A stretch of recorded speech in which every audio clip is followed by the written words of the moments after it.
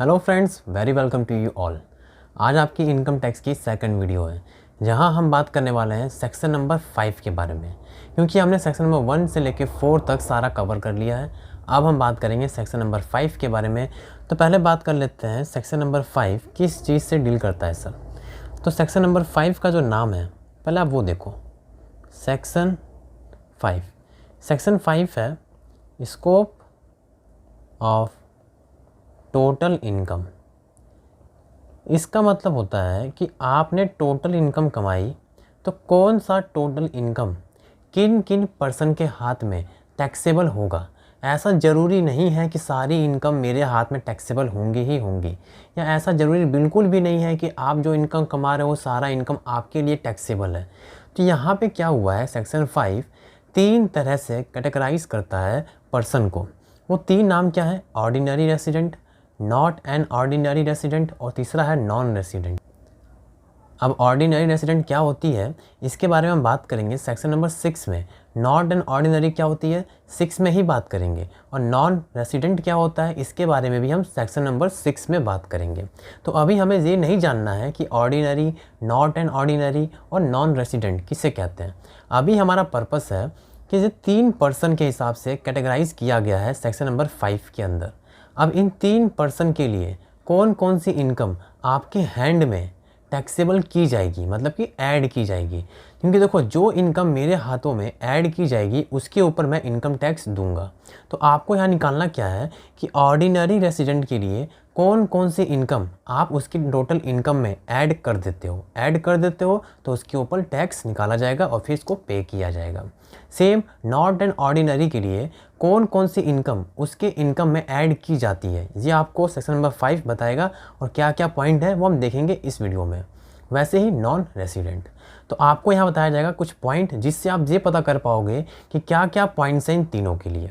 साथ ही साथ इस वीडियो में हम पहले कवर करेंगे कंसेप्चुअल, कि क्या कंसेप्ट है, क्या क्या चीज़ में ऐड होती है, क्या क्या चीज़ ऐड नहीं होती है। लेकिन नेक्स्ट वीडियो में मैं आपको बताऊंगा इसके ऊपर एक फुल प्लेज न्यूमेरिकल। इसीलिए इस वीडियो के बाद दूसरी वीडियो ज़रूर देखिएगा, जिससे आपका कंसेप्ट पूरा क्लियर हो पाएगा कि आखिर कैसे इसे सॉल्व करते हैं और एग्ज़ाम में इसे कैसे लिख के आते हैं। तो आइए अपनी वीडियो को स्टार्ट कर। तो मेरा नाम है आकाश कुमार चौहान और आप मेरे साथ देख रहे हो आपका अपना यूट्यूब चैनल एग्ज़ाम बेल।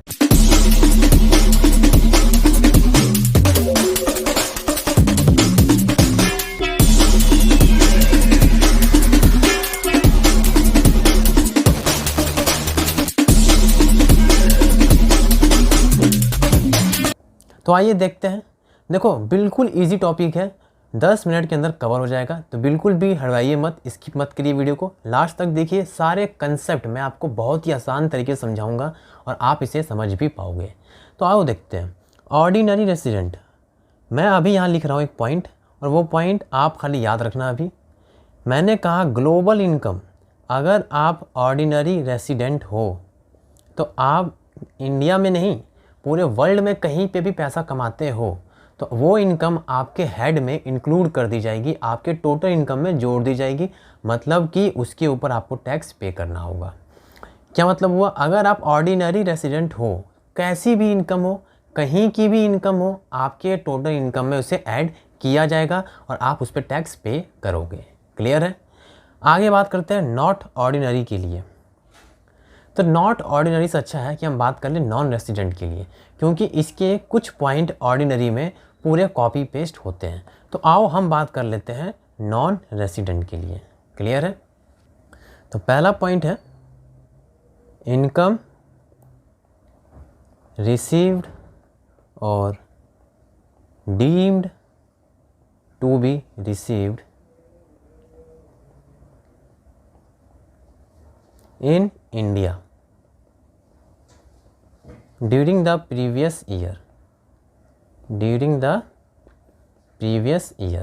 अब इसका क्या मतलब है सर? इसका मतलब है कि आपकी इनकम आपको रिसीव हो जाए इंडिया में, या इंडिया में रिसीव होने की उसकी उम्मीद हो, डीम्ड हो, मान लिया जाए कि इंडिया में रिसीव होगी। या तो आपकी इनकम इंडिया में रिसीव हो, या हम मान लें कि वो इंडिया में रिसीव होगी, तो इस केस में आप ये इनकम नॉन रेसिडेंट में ऐड कर दोगे। क्लियर है?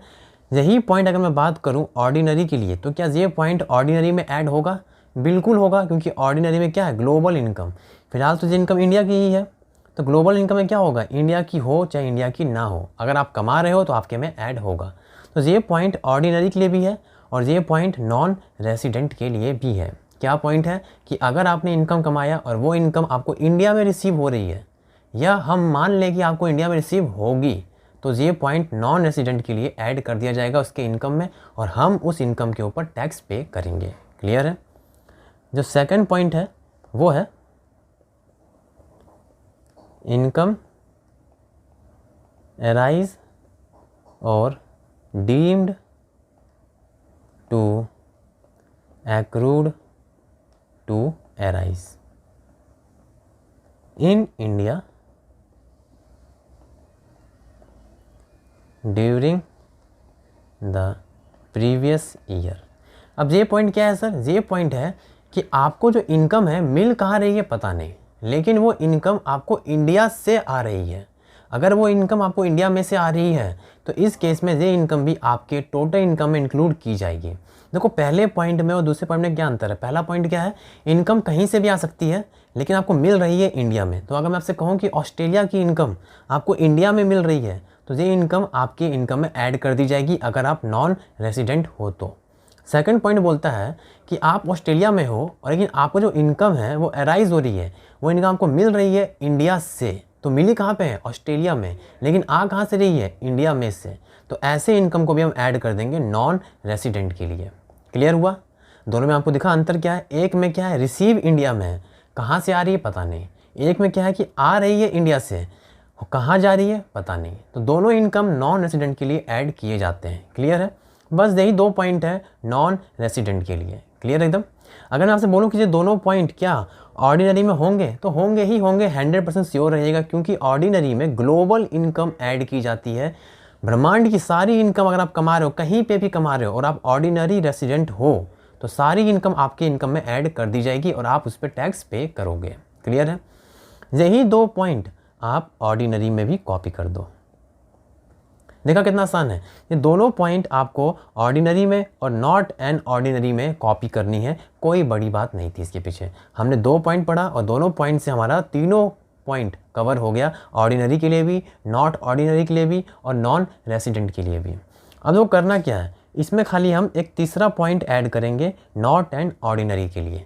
वो तीसरा पॉइंट क्या है, वो तीसरा पॉइंट है income if the income is derived from a business, तो उस पर हम देखेंगे कंट्रोल्ड। तो अगर आपका इनकम कोई बिजनेस से आ रहा है तो उसका कंट्रोल्ड, और अगर आपकी जो इनकम है वो आ रही है प्रोफेशन से, आपकी जो इनकम है वो प्रोफेशन से आ रही है, तो हम देखेंगे उसकी सेटअप। ठीक है। कहाँ पर उसकी कंट्रोल और सेटअप कहाँ होनी चाहिए, इन इंडिया। तो हमने नॉट एंड ऑर्डिनरी के लिए सिर्फ एक पॉइंट एक्स्ट्रा देखा कि अगर आपका कोई बिजनेस है, बिजनेस कहीं पे भी हो, इनकम कहीं से भी आ रही हो, कहीं भी मिल रही हो, लेकिन उसका कंट्रोल जो हो इंडिया में है, तो हम बोलेंगे वो इनकम नॉट एंड ऑर्डिनरी के लिए ऐड कर दी जाएगी। क्या ये इनकम नॉन रेसिडेंट में ऐड होगी, तो बिल्कुल नहीं होगी। ये पॉइंट यहाँ पे मिसिंग है, ये पॉइंट यहाँ पे नहीं होता। तो बिजनेस का इनकम हो, कहीं पे मिल रहा हो, कहीं से आ रहा हो, लेकिन ये इन बिजनेस आपका कंट्रोल हो रहा हो इंडिया से, तो ऐसी इनकम आप ऐड कर दोगे नॉट एंड ऑर्डिनरी के लिए। वहीं पे आपने बिजनेस नहीं ओपन किया है, आपका प्रोफेशन है, तो अगर आपका कोई प्रोफेशन है तो उसका सेटअप, अगर उसकी सेटअप इन इंडिया है तो आप इनकम कहीं पे भी अर्न करो, इनकम कहीं से भी रिसीव करो। लेकिन अगर वो प्रोफेशन सेटअप है इंडिया में, तो वो इनकम इंक्लूड कर दी जाएगी आपके लिए नॉट एंड ऑर्डिनरी रेसिडेंट के लिए। क्लियर है। अब वो क्या करना है, अब मैंने आपको लिखवाया था ग्लोबल इनकम। अब आप क्या करो, इसको मिटा दो, लेकिन भूलिएगा नहीं, आप याद रखिएगा ग्लोबल इनकम, ऑर्डिनरी के लिए सब इनकम ऐड होती है। लेकिन देखो मैं लिखाता हूँ बुक के हिसाब से कि बुक में कैसे लिखे हुए हैं। तो पहला पॉइंट क्या होगा, कॉपी, क्योंकि ऑर्डिनरी में सारे पॉइंट आते हैं, तो जो पहला पॉइंट है कॉपी आएगा ही। जो दूसरा पॉइंट है वो भी इसके अंदर आएगा, कॉपी, कोई दिक्कत नहीं। जो थर्ड पॉइंट है वो नॉन रेसिडेंट में है ही नहीं, लेकिन ऑर्डिनरी में तो है, नॉट एंड ऑर्डिनरी में तो है, वो पॉइंट भी क्या हो जाएगा, कॉपी। तो अलग क्या है सर इसमें, अलग है फोर्थ अदर इनकम। इसके अलावा भी कोई इनकम है तो वो भी इसमें ऐड कर दो। तो देखो कितना आसान है, हमने खाली याद किया कि नॉन रेसिडेंट में क्या क्या ऐड होगा। अगर आप इनकम रिसीव कर रहे हो इंडिया में या उम्मीद है कि रिसीव होगी इंडिया में, तो ऐसी इनकम क्या होगी, आप ऐड कर दोगे अपने टोटल इनकम में। अगर आप आपकी इनकम अराइज कर रहे हो, मतलब इनकम आ रही है इंडिया से, मिले कहाँ पता नहीं, या आने की उम्मीद है इंडिया से, तो ऐसी इनकम आप ऐड कर दोगे नॉन रेसिडेंट में। नॉन रेसिडेंट खत्म, इसके अलावा इसके अंदर और कुछ भी नहीं आएगा। नॉट एन ऑर्डिनरी रेसिडेंट, हम क्या करेंगे, दोनों पॉइंट कॉपी करेंगे, पेस्ट करेंगे, प्लस अगर आपका बिजनेस है तो उस बिज़नेस का कंट्रोल इंडिया में होना चाहिए। अगर आपका प्रोफेशन है तो उसकी सेटअप इंडिया में होनी चाहिए, बाकी पैसे कहीं पे भी मिले, कहीं से भी आए, अगर ये दोनों पॉइंट फॉलो होते हैं तो आपके लिए ये इनकम भी ऐड कर दी जाएगी नॉट एन ऑर्डिनरी रेसिडेंट के लिए। अब क्या करना है आपको, नॉन रेसिडेंट का दोनों पॉइंट कॉपी कर लो, नॉट एन ऑर्डिनरी का तीसरा पॉइंट कॉपी कर लो, और लास्ट में क्या लिख दोगे आप, अदर इनकम। तो ये क्या हो जाएगा, ऑर्डिनरी रेसिडेंट। देखा आपने, ये आपकी है सेक्शन 5 कि कौन से पर्सन के लिए कौन कौन सी इनकम आपके टोटल इनकम में ऐड की जाएगी। ऐड की जाएगी मतलब उस पर टैक्स निकाला जाएगा, आप टैक्स उस पर पे करोगे। ये आपकी पूरी वीडियो है सेक्शन 5 के ऊपर।